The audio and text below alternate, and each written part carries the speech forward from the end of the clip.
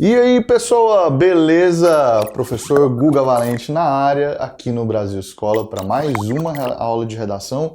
Hoje, sobre o tema A Ascensão da Pós-Verdade na Sociedade da Informação.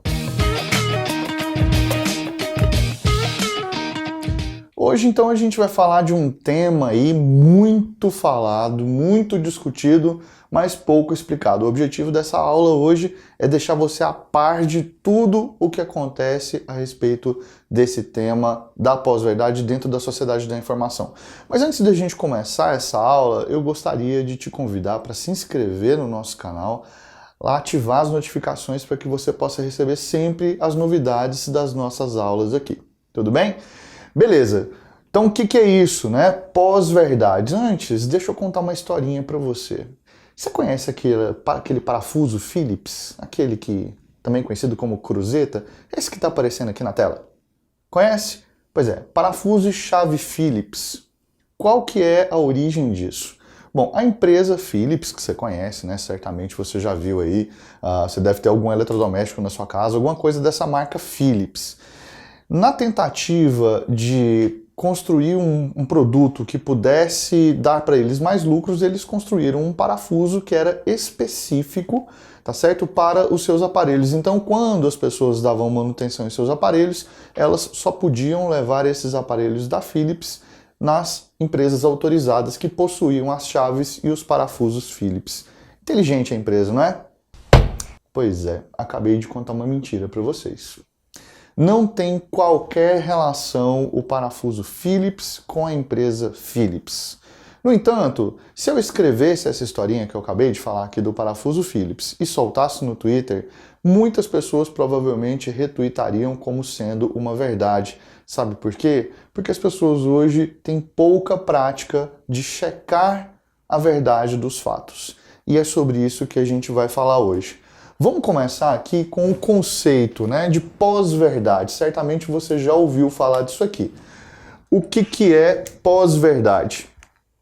A gente entende pós-verdade como sendo uma despreocupação com a realidade dos fatos.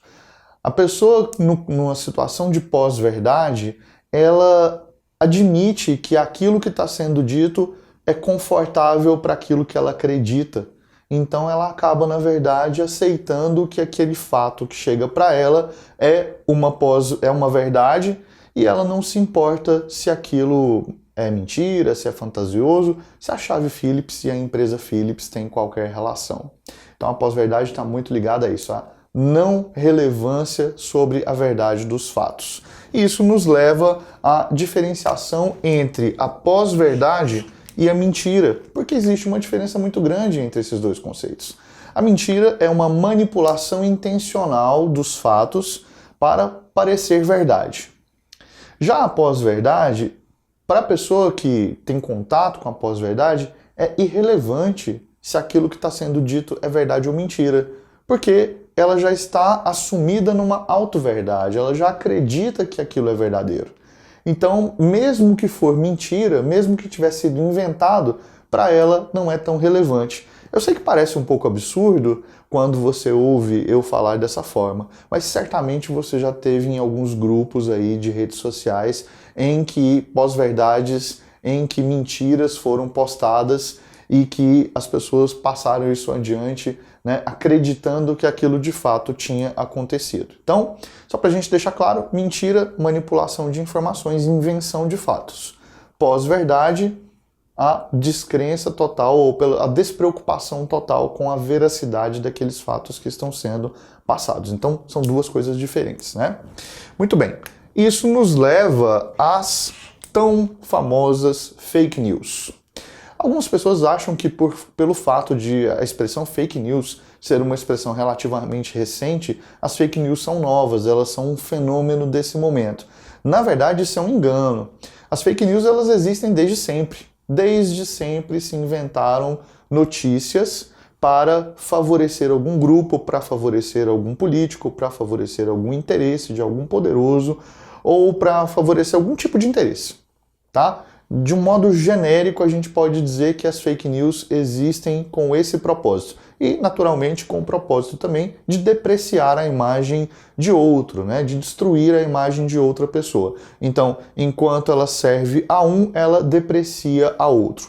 Isso existe em todas as épocas, tá? Na história a gente tem diversos relatos, diversos fatos relacionados a essa noticiação, tá certo? Falsa, né? Ou seja, passando informações que são falsas ou informações que levam a pessoa a crer que aquilo é de uma forma e aquilo, na verdade, é de outra. Então a gente tem que ser muito atento a essa questão. Agora, não podemos negar que as fake news, na atualidade, elas conseguem ter muito mais alcance, elas conseguem chegar a muito mais pontos, uma vez que hoje a gente vive numa era em que o compartilhamento de informações é instantâneo. Nós vivemos a era da informação e, curiosamente, é também a era da ignorância. Olha que curioso, né? Nunca foi tão fácil para a gente acessar o conhecimento e, ao mesmo tempo, nunca fomos tão ingênuos em passar notícias falsas adiante, em nos manter numa ignorância de simplesmente compartilhar e não fazer uma verificação, uma checagem. Mas eu chego lá daqui a pouco nesse ponto da checagem aí. Bom, qual é o papel das redes sociais dentro da perspectiva do trabalho da pós-verdade, né? Como é que a pós-verdade ela consegue trabalhar dentro de uma perspectiva de redes sociais? As redes sociais, elas são uma maravilha, beleza? Todas essas redes sociais que a gente tem aí, as que deixaram de existir como Orkut, outras que ainda virão. Então as redes sociais são maravilhosas, elas de fato promovem debates, elas trazem discussões interessantes, elas deixam que a gente apareça, elas dão espaço para que todos tenhamos os nossos 15 minutos de fama, como diria Andy Warhol, né?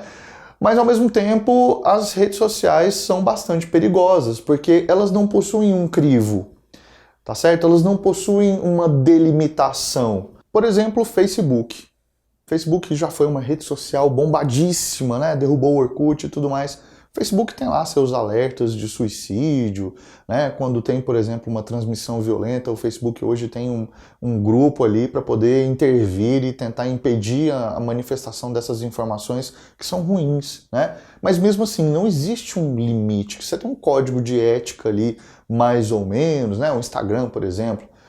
O Instagram tem umas coisas muito engraçadas, né? Por exemplo, o mamilo masculino pode aparecer, mas o mamilo feminino não pode, né? Tem denúncia e tal, aí você retira do ar aquelas informações. Mas mesmo assim, é muito difícil você controlar tudo.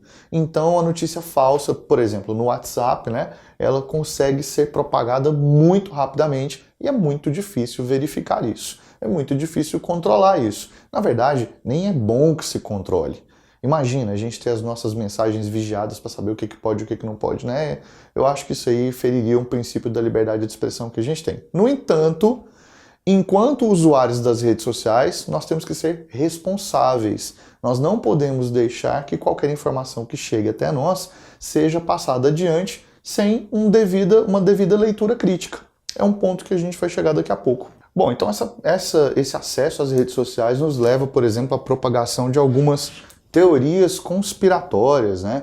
Como, por exemplo, o terraplanismo e o nazismo de esquerda. Isso para citar somente duas, que nós vimos com muita frequência acontecer. O terraplanismo cresce absurdamente no mundo inteiro, né? Contra qualquer justificativa científica que exista, né? Então, é uma teoria conspiratória e que pode ser apoiada numa pós-verdade, afinal de contas a pessoa admite que aquilo ali é só para ela, aquela verdade é dela e não interessa se existem provas, se existe ciência por trás disso, né? Então, só para citar dois exemplos, o terraplanismo e o nazismo de esquerda. Nós sabemos que nazismo é de extrema direita, o próprio Hitler disse isso em sua obra Mein Kampf, Minha Luta, né? Muito bem. Nós temos a profissionalização das fake news, por exemplo, com as agências de fake news, que são empresas contratadas para poder criar esses factoides. Factoide, fato falso, né? Esses fatos mentirosos com o intuito de prejudicar uma imagem de alguém. Isso acontece demais na política, aconteceu nos Estados Unidos né? Donald Trump se utilizou desse recurso para poder se eleger, denegrindo a imagem, né? Difamando a imagem de Hillary Clinton. E a gente viu isso acontecer aqui no Brasil também. Empresas contratadas para poder criar imagens negativas de candidatos, tanto de um lado quanto de outro, para não ser injusto, beleza? Bom, com isso, o efeito do surgimento da propagação das grandes fake news, né? Além das agências que criaram fake news, surgiram as agências de checagem de fake news. Então aqui no Brasil já existem alguns sites, como o eFarsas, por exemplo, que é um site que já existe há muito tempo para combater boatos que correm na internet, né? Também conhecidos como hoax. Esses boatos que correm na internet são desmascarados por essas agências de checagem que hoje têm a responsabilidade também de dissipar essa sombra das fake news que assola as redes sociais e a vida de tantos brasileiros. Isso porque, segundo uma agência americana, a Edelman Trust Barometer, bonito o inglês, né? Pois é, essa agência fez uma pesquisa e chegou a esse número de 65% da população ter dificuldade de diferir uma notícia séria de uma fake news. E por que essas pessoas têm essa dificuldade? Bom, a gente pode elencar aqui um monte de motivos, como, por exemplo, problemas de leitura, de educação, acesso a múltiplas informações ao mesmo tempo. Tudo isso pode ser muito ruim, né? E pode prejudicar o bom senso na hora de fazer essa distinção. Mas tudo isso precisa acabar e para isso nós precisamos ter vigilância epistêmica ou vigilância epistemológica. O que significa isso? Não acreditar em tudo que a gente vê de primeira. A vigilância significa receber uma notícia e tentar dar uma olhada em outros sites. Se eu receber uma notícia, por exemplo, sobre o governo, se essa notícia não está nos principais sites que existem no Brasil, de direita, de esquerda, qualquer que seja a frente, se não está nos outros sites, há uma grande possibilidade disso ser fake news. Além disso, existem agências de checagem, como eu disse, que vão te ajudar a ter essa vigilância epistêmica. Isso é responsabilidade de todo cidadão, sabe por quê? A gente não pode pactuar com a mentira, nós não podemos deixar que a mentira passe adiante. Bom, convido você a se inscrever nas nossas redes sociais, nas outras redes sociais que a gente tem aqui. Eu vou ficando por aqui mais uma vez, agradeço demais a sua audiência e espero que a gente possa se ver numa próxima aula. Valeu!